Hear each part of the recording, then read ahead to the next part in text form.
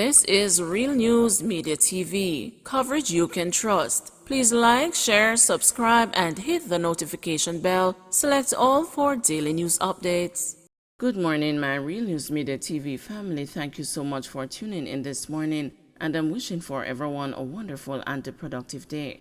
And in the news this morning for August 25, 2023, man pockets almost $800,000 mistakenly deposited to his account.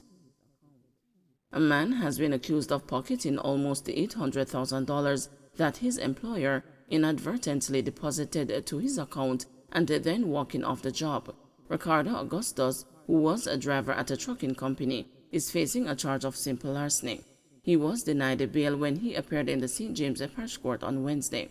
According to court documents, on July 14, the owner of the company mistakenly transferred $795,000 to the accused man's account as a part of payroll.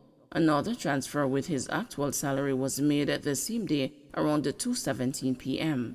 When the company realized the error, Augustus was contacted and asked to return the amount of the initial transfer, but he never did, and he never showed up for work again. Subsequent calls to him proved futile.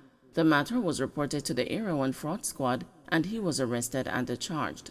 Mr. Augustus, where's the money? Presiding Judge Sasha Smith Ashley asked on Wednesday. At the time they contacted me, I already started using the money, the accused man replied. When will you have that money to pay over to the people? The judge then asked, but Augustus did not respond. He did, however, tell the judge that there was a gap in the time the funds were deposited to his account and at the time when his employers contacted him. The judge then told Augustus that the honest approach would be to meet with his former employer and to work out a payment plan. She then asked him if he had any relatives who could assist him, as she was not going to grant him bail. He replied no. Smith Ashley then ordered a social inquiry report and postponed the sentencing until September 26. She offered the accused some advice. Mr. Augustus, it will go a long way in your favor if these persons are compensated for their loss, the judge said before remanding him in police custody. BOJ governor faces backlash for caution against the larger wage increases. Governor of the Bank of Jamaica, Richard Biles, is facing backlash from trade unionists for his comment cautioning employers against the massive wage increases. Mr. Biles has said a larger jump in salaries could have a negative effect on inflation. But this has not gone down well with General Secretary of the National Workers Union, Granville Valentine, who described the utterance as unfortunate and disturbing. He said the comment comes at a time when unions are seeking to get livable wages for employees. It is something that disturbed us, and we are saying the governor should withdraw or explain more clearly that the ordinary man and myself can understand what exactly he's saying. The fact that the governor has made such a pronouncement, it is clearly indicating and making it difficult for us when we go to the table.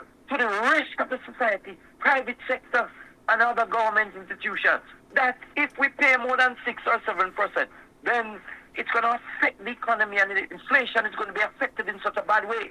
They should have known this when they give many persons 50, 60, 100, 200, or 150% increase. There can't be one law for the rich and the other for the poor. I'm not aware that it is the duty of the Bank of Jamaica to set the tone of what should be paid in a free market system as it relates to salaries and benefits. I'm not aware of that. I can appreciate the responsibility as it relates to inflation and the economy, but you cannot give some a whole lot and then you want to introduce a methodology that others should get the crumbs. That is an unfortunate statement. It's coming from someone that I have great respect for. But what this is going to create in the society is a fight at the negotiating table between employers and worker reps and workers who negotiate their salary moving forward, because they are going to be guided conveniently by the governor's statement. Dr. Stokes reiterated that it is not the role of the BOJ to dictate or to prescribe a policy in a free enterprise economy. Because we're not in a central planned economy, and wage policy is not the remit of the Bank of Jamaica, but I believe they are right to point out the fact that abnormal increases in wages can drive inflation. Now, whether those increases bring somebody up to a livable wage is another question that needs to be addressed. But that is the basic economic theory behind that. He made a statement that was squarely in his remit. He got asked a question by, I think, the gentleman from the Observer, I'm not sure, saying, are you saying that people should be careful not to increase wages too high or not increase wages too high? And they said yes, but it is not the role of the BOJ to dictate or to prescribe policy in a free enterprise economy. President of the Jamaica Confederation of Trade Unions, Helen Davis White, has said that while she understands the theoretical aspect of the BOJ governor's concern, there is a real need for livable wages in order to attract and retain competent staff. So I don't think we are actually seeking to debunk anything that the Bank of Jamaica is actually saying. However, the reality is that when you do keep wages low, as was the case and as is still the case in Jamaica, you do have other effects as well, and you have effects in the society which ends up creating almost a vicious cycle in terms of our ability to be able to have families that are able to survive and basically keep their heads above water. So while we recognize this economic theory, you cannot only base it on just this theory. You have to look at what is happening in terms of the lived experiences. JPS customers to see marginal increase on bills.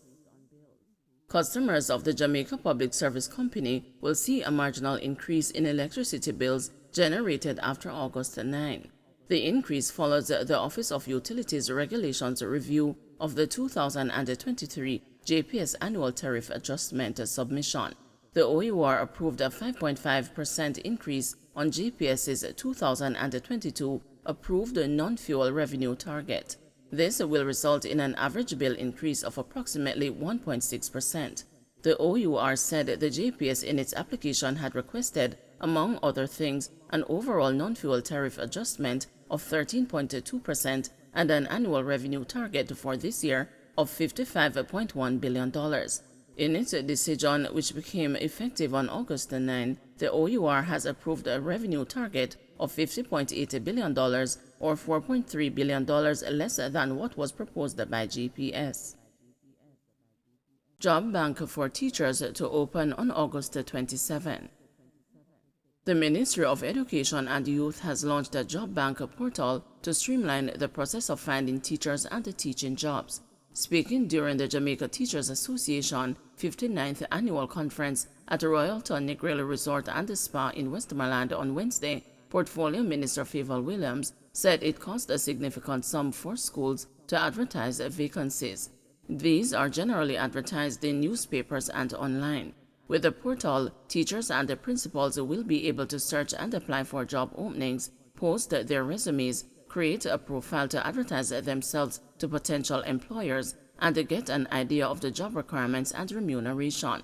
We had to create this platform so those seeking jobs could meet up easily and seamlessly with the schools that are looking, whether it be short-term or longer-term positions, Minister Williams said. The Job Bank will allow school administrators to post the jobs, search for potential candidates, view resumes, shortlist the applicants, and communicate with the potential candidates.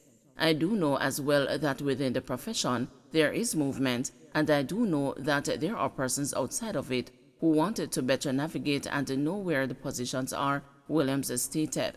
Email alerts are sent to schools when potential candidates apply for a post, and the school administrators can also send the messages, which are delivered in real time, to potential candidates whose profiles they have viewed.